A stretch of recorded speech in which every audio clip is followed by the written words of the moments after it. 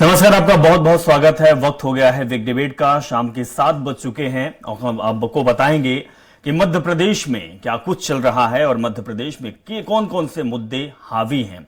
Big debate में चर्चा करेंगे और आपको बताएंगे कि विधानसभा चुनाव संपन्न हुए हैं मध्य प्रदेश में। 2024 लोकसभा चुनाव सिर पर है, जिसको लेकर बीजेपी और कांग्रेस ने तैयारी शुरू कर दी है। बीजेपी ने जहां बूथ मजबूत करने की शुरुआत कर दी है, तो आज चर्चा इसी मुद्दे को लेकर होगा और चर्चा को विस्तार देंगे। उससे पहले देख लेते हैं एक रिपोर्ट। प्रदेश में विधानसभा चुनाव में मिली फतह के बाद बीजेपी ने सभी विधायकों को लोकसभा चुनाव 2024 की तैयारियों के लिए काम सौंप दिया है। विधायकों से कहा गया है कि अपने विधानसभा में जिस सीट पर वे जीते हैं, वहां विधानसभा चुनाव में हर पोलिंग पर मिले वोट का प्रतिशत और बढ़ाना है और जहां हारे हैं वहां जीत हासिल करने का काम करना है। इसके लिए सभी विधायक अभी से जुट जाएंगे और फील्ड में एक्टिव रहेंगे। नई सरकार में मंत्रिमंडल विस्तार की कवायद के बीच सभी 162 विधायकों को ये ताकीद की। 2024 के लिए जुटने के लिए मुख्यमंत्री डॉक्टर मोहन यादव, प्रदेश भाजपा अध्यक्ष वी डी शर्मा और प्रदेश संगठन महामंत्री हितानंद शर्मा ने विधायकों से कह दिया है। भाजपा विधायक दल की बैठक का जो निचोड़ सामने आया है, उसके एजेंडे में सिर्फ और सिर्फ लोकसभा चुनाव 2024 की तैयारी है। सूत्रों ने बताया कि तीनों ही नेताओं ने विधायकों से साफ कहा है कि हर पोलिंग पर वोट बढ़ना चाहिए। जिस बूथ पर जीत मिली है और अगर वहां 100% वोट बूथ पर नहीं मिले हैं, तो उससे कम 10% वोट लोकसभा चुनाव में बीजेपी के पक्ष में बढ़ना चाहिए। जिस बूथ पर हार का सामना करना पड़ा है, उस बूथ पर आगामी चुनाव में बीजेपी को जीत मिलना चाहिए। विधायक स्थानीय संगठन के साथ मिलकर इसी रणनीति पर काम करेंगे। किसी विधानसभा क्षेत्र में मुस्लिम वोटर की संख्या अधिक है, विधानसभा क्षेत्र में बीजेपी कमजोर है, तो ऐसे क्षेत्र में हिंदू वोट के ध्रुवीकरण का काम करें। रणनीतिक तरीके से हिंदू वोट बीजेपी के पक्ष में जोड़ने का काम करना है, ताकि मुस्लिम वोट की ध्रुवीकरण की स्थिति में बीजेपी को हिंदू वोट पोलराइज होने पर जीत हासिल हो सके। ऐसे बूथ और विधानसभा क्षेत्रों में 70 से 75% तक वोट बढ़ाने के लिए कहा गया है। खैर, एक तरफ 24 के एजेंडों को लेकर बीजेपी पूरी ताकत झोंकने की बात कर रही है, तो वहीं कांग्रेस भी 24 में चौकार लगाने में पीछे नजर नहीं आ रही है। कांग्रेस ने भी संगठन लेवल और नेता प्रतिपक्ष को लेकर बड़ा बदलाव किया है, जिसके चलते कांग्रेस की निगाह भी लोकसभा चुनाव पर टिकी है। कांग्रेस भी अंदर खाने बीजेपी को कमजोर करने की रणनीति बना रही है। बहरहाल अगले साल लोकसभा चुनाव होने हैं, ऐसे में दोनों ही दलों ने मिशन 29 के लिए काम शुरू कर दिया है। ऐसे में देखने वाली बात ये होगी कि आने वाले दिनों में कौन सा दल लोकसभा चुनाव में मजबूती के साथ उतरता है। क्या 2019 की तरह कांग्रेस एक से बढ़ती है या फिर बीजेपी क्लीन स्वीप करती है। सलमान खान, स्वराज एक्सप्रेस, भोपाल। बहुत कम बचा हुआ है और मिशन 2024 की तैयारी में दोनों राजनीतिक पार्टी लग चुकी है, यानी कि बीजेपी और कांग्रेस दोनों तैयारी में जुट गई है। इसी विषय पर बात करेंगे और बात करने के लिए हमारे पास एक खास पैनल मौजूद है। सत्येंद्र जैन, बीजेपी के प्रवक्ता, हमारे साथ जुड़ चुके हैं।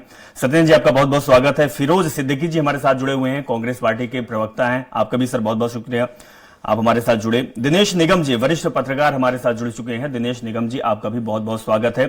सबसे पहले सत्येंद्र जैन जी आपके पास आएंगे। मिशन 2024 की तैयारी में आप जुट गए हैं। हालांकि आप लोग हमेशा ये कहते हैं कि हम लोग हमेशा इलेक्शन मोड में होते हैं, लेकिन साहब सवाल ये है कि इलेक्शन मोड में आप होते हैं, लेकिन मुद्दा जो है वो कहीं ना कहीं मस्जिद पे, मंदिर पे, धारा 370 पे, इन्हीं मुद्दों के इर्द गिर्द आप होते हो। क्या आप विकास के कोई बड़ा मुद्दा आपके पास है जो 2024 में आप लाएंगे? बहुत से मुद्दे आपके पास होंगे, लेकिन इन मुद्दों को अगर छोड़ दिया जाए, क्योंकि राम मंदिर का मुद्दा भी बहुत तेजी से आप लोग उठा रहे हैं।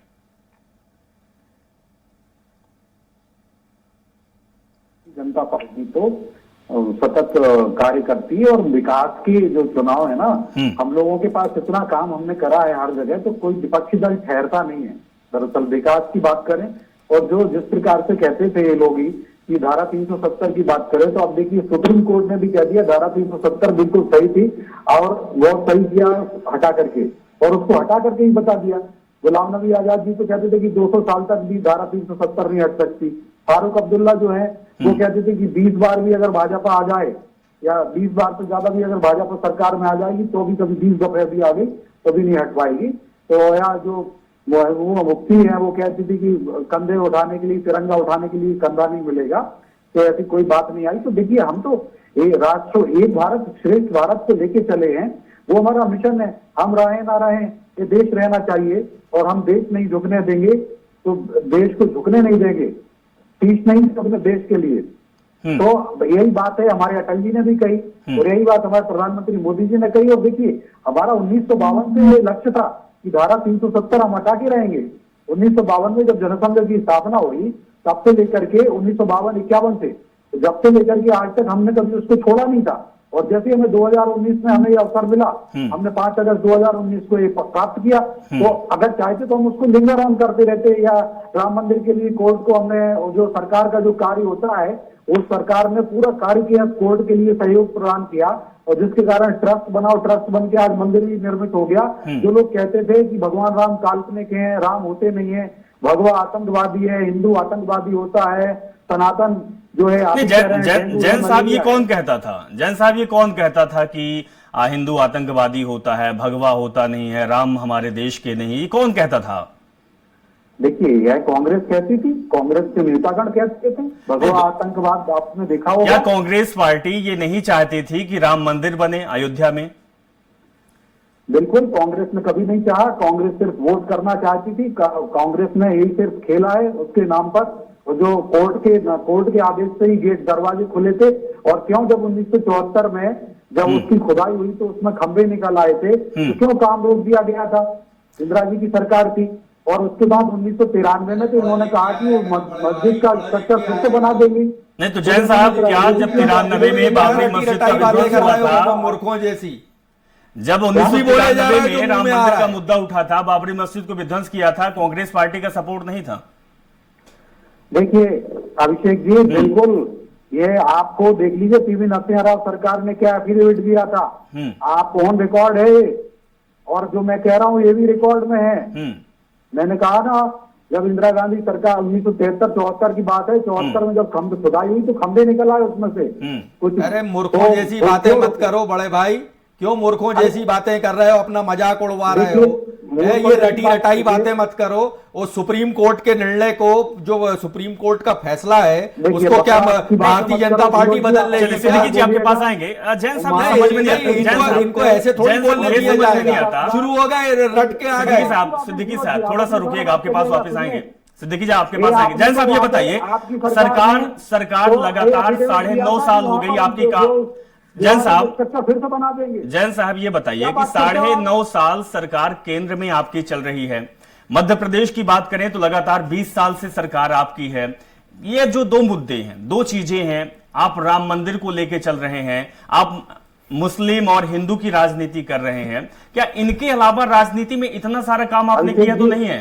2019 की इलेक्शन में क्या हुआ था? कौन से मुद्दे थे? इन्हीं मुद्दे पर आ गया। यहां तक कि जवानों के मुद्दे भी हावी हो गए, पुलवामा का। देखिए अभिषेक जी, अब आप एक एक चीज से जवाब ले लीजिए। मैंने पहले ही कहा था, हमने मानव कल्याण किया, और मानव कल्याण में अगर हमने 4 करोड़ से ज्यादा घर दिए हैं, तो ये नहीं देखा कि हिंदू को दिए, मुसलमान को दिए, सिख को दिए, ईसाई को दिए, जैन को दिए, बौद्ध को दिए, पारसियों को भी हमने 10-11 5-7 हजार पारसी, 5-7 हजार पारसी रहते हैं भारत में, उनके लिए भी हमने चिंता की है। आप ये नहीं कह सकते हैं। और ये 3 तलाक हमने हटाया तो मुस्लिम बहनों के लिए, उनके स्वाभिमान, उनकी अस्मिता की रक्षा के लिए हटाया।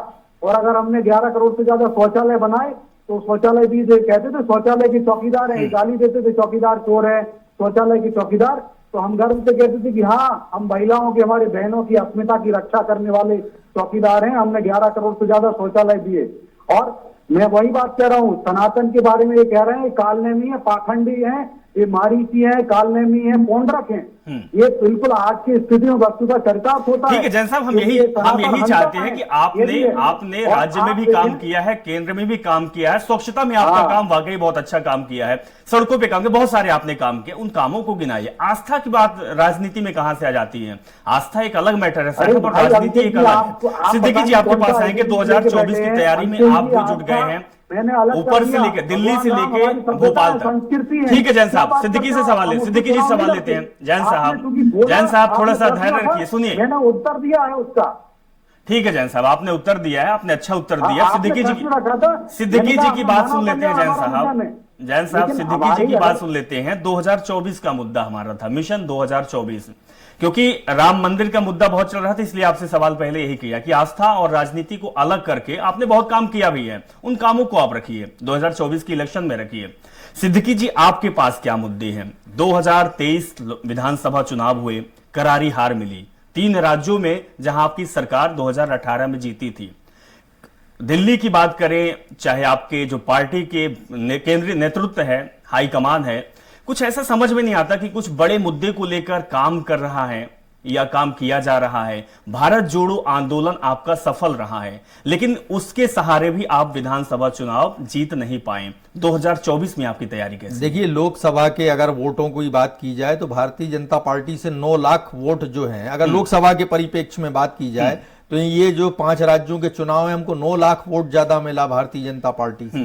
तो ये कम नहीं होता 9 लाख वोट, एक बात। दूसरी बात ये है कि अभी जो जिस तरीके के जो रिजल्ट आए हैं, वो उस पर जो सुप्रीम कोर्ट में जाके और जो विवाद हुए हैं इलेक्शन कमीशन को लेके, तो वो अभी 28 शायद दिसंबर नियत की ये सुप्रीम कोर्ट ने डायरेक्टिव दिया। साहब, ये सुप्रीम कोर्ट का निर्णय आपको 2024 जीत दिलाएगा? सुनिए, सुन तो लीजिए, ठीक है। तो ये भी है कि तो ऐसा नहीं है कि भारतीय जनता पार्टी कोई एक तरफा जीत रही है। और आप ये देखिए कि जिसकी सरकार 10 साल हो गया, वो क्या बात कर रही है, राम मंदिर, ठीक, झूठा प्रोपोगंडा की राम मंदिर हमने बनवाया है। अगर ये दंगा रथ लेके नहीं निकले होते अडवाणी जी, तो राम मंदिर 25 साल पहले बन गया होता। कांग्रेस ने पहले दिन से स्टैंड रखा था कि या तो दोनों पक्ष मान जाएं, आपस में बैठ के सुलह कर लें, या कोर्ट का निर्णय हम मानेंगे। और सुन लीजिए आप, और आप राम मंदिर के चंपत राय ने राम मंदिर का चंदा चोरी किया है, भारतीय जनता पार्टी ने चंदा चोरी किया, ये मैं नहीं, ये निर्मोही अखाड़ा कहता है। सुन लीजिए आप सिद्दीकी जी, मैं तो आपको बता रहा था, आपको चेता रहा था मेरे मित्र कि मैं बड़े धैर्य से सुनता हूँ। मैं सिर्फ आपको वार्न करके बता रहा हूँ, मैं सुन रहा हूँ आपको। मैं एक भी बात वहीं पहुंच गए राम मंदिर पे, आप भी हिंदू मुसलमान में पहुंच गए। सुन लीजिए, सिद्दीकी जी, 2024 की तैयारी सीधे एकदम बताइए कि 2024 में आप क्या कर रहे हैं, कैसे आपको लगता है कि आप चुनाव जीत जाएंगे? बिल्कुल जीतेंगे हम। कैसे जीतेंगे? जैसे पूंजीपतिवाद जो भारतीय जनता पार्टी ने चला रखा है, अंबानी अडानी की ये सरकार है, ये इस मुद्दे को हम लेके जनता के बीच जाएंगे, एक बात। दूसरी बात, आप देखिए कि जो गरीबों के लिए ये सरकार नहीं रही, अब ये इस सरकार की उस मामले को लेके जाएंगे, जो महंगाई है उसको लेके जाएंगे, बेरोजगारी है उसको लेके जाएंगे, और जो नफरत फैलाई जा रही है इस देश में राजनीतिक उद्देश्य के लिए, भाई को भाई से लड़ाया जा रहा है, ये भी एक हमारा मुद्दा रहेगा कि भारत को हमें जोड़ना है, एक रखना है। अब आ गई उसके लिए हमने 2-3 दिन के अंदर में हमारी मैनिफेस्टो कमेटी आ जाएगी, जो घोषणा पत्र है, उसके साथ ही हमारी जो स्क्रीनिंग कमेटी है लोकसभा चुनाव के लिए, उसकी भी वो भी आ जाएगी। तो ये सब चीजें जो है। सिद्दीकी साहब, आपने बोला कि हम जनता के पास जाएंगे, भाई भाई को लड़ाने की राजनीति हो रही है। क्या भाई भाई को पता नहीं है कि हमें लड़ाया जा रहा है? तो कांग्रेस पार्टी को बताने की जरूरत है। अभी देखिए ना, क्या आप ही पैकेज में दिखा रहे थे कि मुस्लिम वोट एक तरफ जाए तो हिंदू वोटों को पोलराइज करना है और कैसे ध्रुवीकरण करना है। ये भारतीय जनता पार्टी के एजेंडे हैं। तो आपने भी किया है ना, आपने नहीं किया है? आप ही बताइए कि मध्य प्रदेश में कितने, भोपाल के 2 हमेशा चली आ रही है 2 सीटें जहां पर आपकी जीत भी हासिल हुई है, मुस्लिम नेता को आपने टिकट दी है, उसके अलावा आपने कहां दिया है? नहीं, भले हमने यहाँ 7% आबादी है मुसलमान की। हाँ, तो जरूरी नहीं है ना कि आप देखिए, हमने तो दिए, हमने तो जैन भी दिया, मुस्लिम भी दिया, बुद्धिस्ट भी दिया, सब टिकट दिए। भारतीय जनता पार्टी बता कि उसने क्यों मुस्लिमों को नहीं दिया टिकट। सिद्दीकी जी, आप भी उसी राह पर चल पड़े? क्यों राह पे चल पड़े? बीजेपी चल रही है, क्यों चल पड़े? हमने तो 2 टिकट दिए हैं ना भाई। इससे पहले मेयर इलेक्शन में भी दिया था 1 टिकट। तो हम तो दे रहे हैं टिकट निरंतर, और हमेशा देते आए और देते रहेंगे, और पूरे अक्रॉस द इंडिया देते हैं हम। बताइए कौन सा राज्य जहां अल्पसंख्यकों को साथ नहीं रखते? कांग्रेस जो है सनातन संस्कृति की रक्षक है, सनातन संस्कृति सर्वधर्म संभाव की है। ये जो इनका हिंदुत्व है, वो ये कहता है, वो जो कहता है ना हिंदुत्व, वो आप the bunch of thoughts Hedgewar की किताब पढ़िए, जो जिस पर संघ काम करता है, भारतीय जनता पार्टी की आइडियोलॉजी काम करती है, उसमें कहां सनातन संस्कृति आती है। चलिए ठीक है, निगम जी से ले लेते हैं एक सवाल। निगम जी, आप भारतीय जनता पार्टी ठीक है हिंदुत्व की राजनीति करती है, तो कांग्रेस भी पीछे नहीं है। मैनिफेस्टो के बाद कांग्रेस पार्टी कर रही है कि हमारी जो कमेटी होगी वो गठित होगी और जो मुद्दे लाएंगे हम प्रदेश में लाएंगे, पूरे देश में होंगे, वो उसका बहुत जल्द ऐलान हो जाएगा, उसमें हमारी पार्टी काम करेगी। लेकिन निगम जी, मैनिफेस्टो आता है, घोषणाएं आती है, लेकिन भारतीय जनता पार्टी उसमें भी दांव खेल देती है, चुनाव पलट जाता है, जीत हासिल हो जाती है। हमने मध्य प्रदेश के चुनाव में देखा लाडली बहना आ गई, हमने छत्तीसगढ़ के चुनाव में देखा कि महतारी वंदन योजना आ गई। कांग्रेस पार्टी जो लाती है उससे एक कदम आगे चलकर बीजेपी जाती है। क्या ये मुद्दे ही 2024 का चुनाव होंगे? क्या इन मुद्दों पर कांग्रेस पार्टी अपने आप को मजबूत कर पाएगी, या जो इंडिया गठबंधन हुआ है कहीं मजबूती दिखाएगा? देखिए क्या है तिवारी जी, सबसे बड़ी बात क्या है कि ये तो तय है कि चुनाव दो ही दलों के बीच होंगे जी। मेन जो राष्ट्रीय स्तर के चुनाव होंगे वो कांग्रेस और भारतीय जनता पार्टी के बीच में ही होंगे। अब सवाल ये है कि कांग्रेस के पास एक जो मैंने जो महसूस किया कि वहां इनके यहाँ कार्यकर्ताओं की बड़ी कमी है। कार्यकर्ता इनके यहाँ जो है वो जो उनको जिम्मेदारी सौंपी जाती है, तो जो मैंने देखा, जो कई हम लोग जो पत्रकारिता के बीच में हम लोग भी कई मतदान केंद्रों का भ्रमण करते हैं, कई चुनावों में हम लोग इधर उधर के उसमें जाते भी हैं, तो हमने जो देखा कांग्रेस में कार्यकर्ताओं की कमी बहुत ज्यादा है। वहां उनके यहाँ नेताओं की भीड़ है। कांग्रेस में ये सबसे बड़ा माइनस पॉइंट है। सबसे पहले अगर कांग्रेस 2024 की चुनाव मैंने तैयारी करना चाहती है, तो मेरा एक सुझाव है, मेरा आग्रह है कि वो अपने कार्यकर्ताओं को नीचे स्तर तक बिल्कुल जोड़ के रखे, क्योंकि एक तो ये बहुत जरूरी है। दूसरी बात क्या है कि जैसे अभी दोनों प्रवक्ताओं ने अपने अपने मुद्दे रखे, सवाल ये है कि लोकतंत्र, ये भारत में लोकतांत्रिक प्रणाली है, धर्म प्रधान देश बोला जाता है, ये धर्म प्रधान देश है। यहाँ धर्म प्रधान देश में किसी अलग अलग धर्मों को लेकर के या किसी वर्ग को लेकर के इस तरह से राजनीति करने का प्रावधान नहीं होना चाहिए।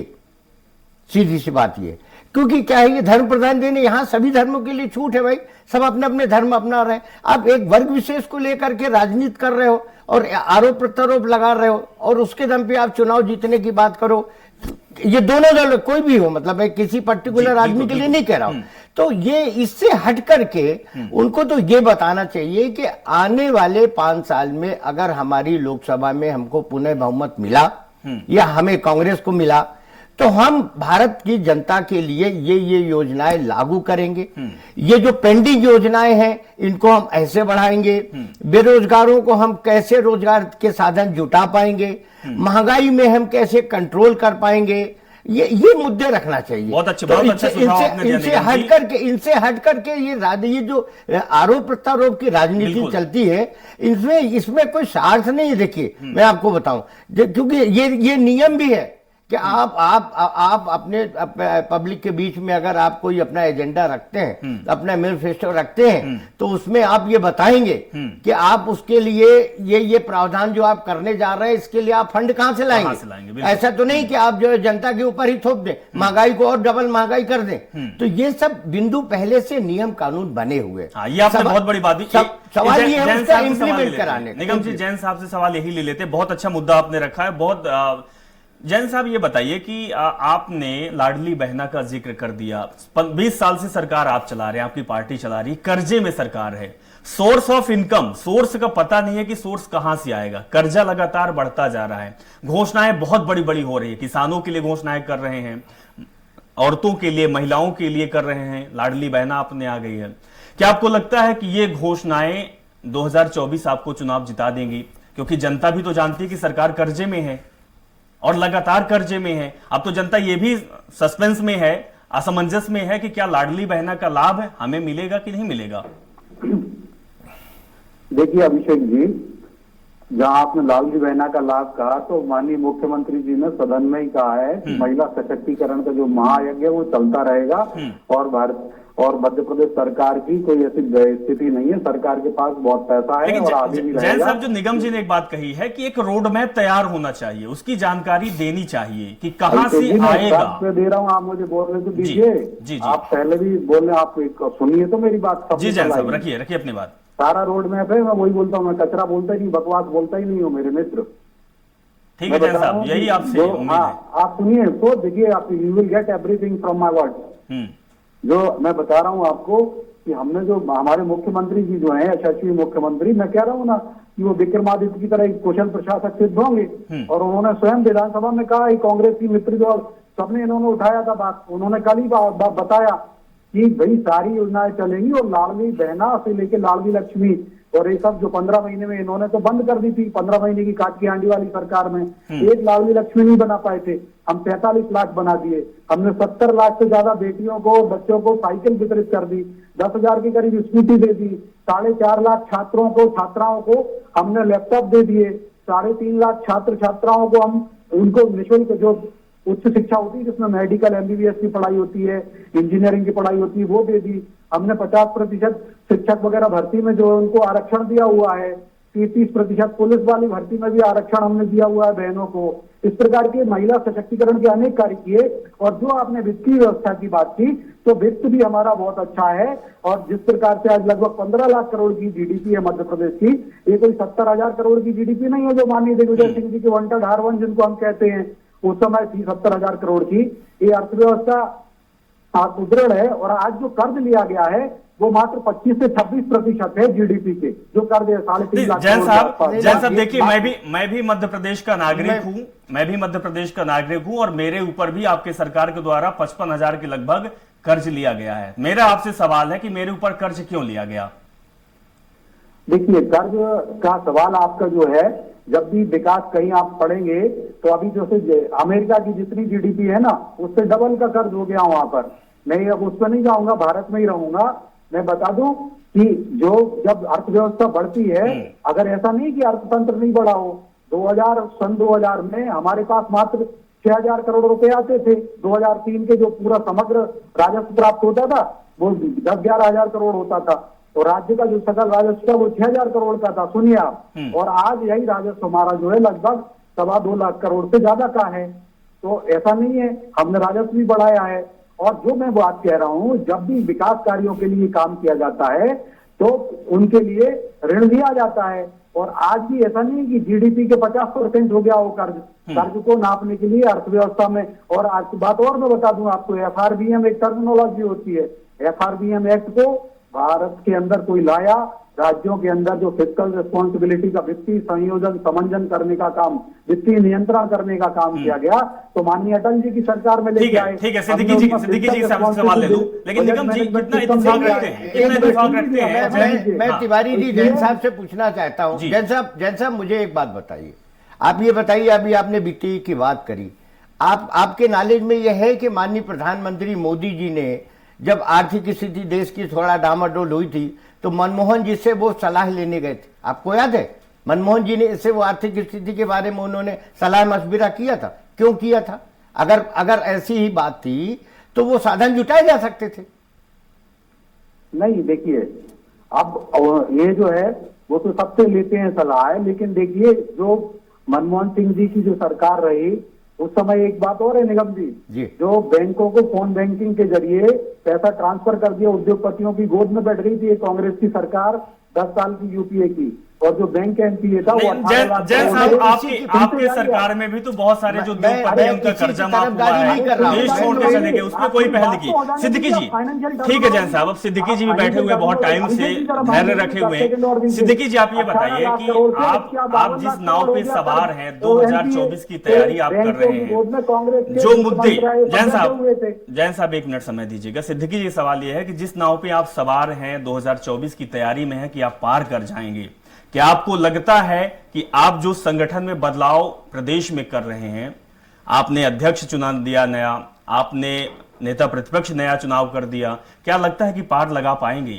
क्यों नहीं लगा पाएंगे? जीतू पटवारी जी का एक अच्छा संगठनात्मक अनुभव है, उनका चुनावी राजनीति का अनुभव है, वो 2 बार विधायक रहे हैं, वो मंत्री भी रहे हैं सरकार में, तो क्यों नहीं कर पाएंगे? ऐसे ही उमंग सिंगार जी, वो भी 3-4 बार विधायक रहे हैं, उनका भी एक अच्छा संगठन का अनुभव है। तो ये, और अब ये यूथ नई एक लीडरशिप, एक ट्रांसफॉर्मेशन हर पार्टी में होता है। हमारे जितने दिग्विजय सिंह जी, राहुल भैया, कमलनाथ जी, जितने बुजुर्ग नेता हैं, वो सब नेताओं का एक अनुभव भी हमको प्राप्त होता रहेगा और ये युवा शक्ति और युवा ऊर्जा के साथ हम चुनाव लड़ने जा रहे हैं और हम लड़ेंगे। जीतू पटवारी आपके ग्राउंड में काम करेंगे, युवा उनके साथ, लेकिन क्या कमलनाथ ने कार्यकर्ताओं के बीच में ग्राउंड में काम किया है? किया है, उन्होंने भी बहुत किया। वो भी 9-10 बार के सांसद हैं, तो क्या कोई 9-10 बार का सांसद है? यही तो बात है कि जो तमका लगा हुआ है बड़ा के 9 बार सांसद है। ग्राउंड में सर अध्यक्ष को काम करना होता है, कार्यकर्ताओं से मिला। आपके कार्यकर्ता खुद ये बोलते हैं कि कमल जी हमारा फोन नहीं उठाते, कमल जी बात नहीं करते, हमारे पास आते नहीं, जनसभाएं नहीं होती, कोई भी मुद्दा हो कहीं पे घेराव नहीं होता। तो ये हमको 42% वोट कहां से आ रहा है फिर? अगर नहीं का ये सब काम कमलनाथ जी ने नहीं किया, ये इतना बूथ मैनेजमेंट हम कैसे कर ले गए? ये 65 सीटों में कैसे लटक गए आप देश के पार हो रहे थे। अरे आप देखिए तो 15,000 कंप्लेनें जो थी चुनाव आयोग को, जो जिन कंप्लेनों को हम करते रहे, वो उन कंप्लेनों पे आज तक कार्रवाई हुई क्या? अब तो चुनाव आयोग की स्थिति ये हो गई कि अब आप नया बिल पास हो गया चुनाव आयोग के लिए कि अब आप अदालत में भी नहीं जा सकते। तो ये कैसे होगा ये काम? जब फ्री एंड फेयर चुनाव ही नहीं हो रहा देश में, तो आप कैसे चुनाव लड़ पाओगे? बताइए कि कौन से नेता के खिलाफ इनके एफआईआर हुई आज तक? तो कैसे चुनाव लड़ोगे आप? अच्छा, हम 14 पार्टी हैं, चुनाव आयोग से 3 महीने से समय मांग रहे हैं। दिग्विजय सिंह जी के नेतृत्व में चुनाव आयोग समय देने को तैयार नहीं। अच्छा निगम जी, जो स्थिति देश में एक और बन रही है, इसमें बात भी करनी चाहिए कि जो सांसद उनको निलंबित कर दिया जा रहा है, सुना नहीं जा रहा है, गृह मंत्री कुछ बोल नहीं रहे हैं, क्या आपकी प्रतिक्रिया है इसमें? देखिए क्या है कि मेरा तो इसमें सजेशन या मेरा आग्रह ये है कि जनप्रतिनिधि चुन के जनता भेजती है सांसद और विधायक के रूप में, वो अपेक्षा रखती है कि वहां जाकर के पार्लियामेंट जब चलेगा तो वो पार्लियामेंट में हमारे मुद्दे उठाएंगे, हमारी विकास के संबंधी बात करेंगे, अपनी प्लानिंग बताएंगे, सरकार से पूछेंगे कि सरकार क्या करने जा रही है और हम क्या उनसे डिमांड कर रहे हैं। बात इसमें होनी चाहिए। ये किसी भी मुद्दों को लेकर के इस तरह से बहिष्कार करना, ये मतलब किसी मायने में इससे कोई आपकी समस्या का हल नहीं होना है। क्योंकि जब जो आदमी आपने एक दिन उस मुद्दे को उठाया, जब वो उसमें गंभीर नहीं हो रहे सामने वाला, तो आप महीने भर उसको लेकर के बाहर रहे आओगे तो क्या हुआ? आप अपने नुकसान करते, अपने क्षेत्र की जनता का नुकसान कर रहे हो। बिल्कुल निगम जी, लाखों लोगों की उम्मीदें, लाखों लोग चुनकर उनको उस सदन में भेजते हैं, यानी लाखों लोगों की आवाज सदन से बाहर हो जाती है। इस चीज को समझना चाहिए। देखिए अब आप एक मुझे बोलने दीजिए, अब मुझे बोलने दीजिए। एक निवेदन सिद्दीकी जी, एक निवेदन मैं और करूंगा। मैं ये कहना चाहता हूं कि जैसे अब आपने देखिए इतने लोगों को उन्होंने निलंबित कर दिया, उधर उन्होंने 3-4 बिल ला करके और पास करा लिए। अगर आप होते, आपके में लोग होते या और लोग होते, तो उसमें थोड़ा डिबेट होती, थोड़ा चर्चा होती। नहीं तो इसका मतलब ये हो गया कि सरकार को उसकी मनमर्जी करने दी जाए। अगर देश की संसद ही सुरक्षित नहीं है तो बताइए मैं कैसे सुरक्षित हो सकता हूं? एक मिनट, ठीक। दूसरी बात, जो संवैधानिक पद हैं, उपराष्ट्रपति हैं, जो सभापति होते हैं राज्यसभा के, जो लोकसभा के स्पीकर हैं, क्या वो ये बात के लिए प्रधानमंत्री को बाध्य नहीं कर सकते कि आप आइए और सदन में जवाब दीजिए कि सदन में कैसे हुआ? ठीक।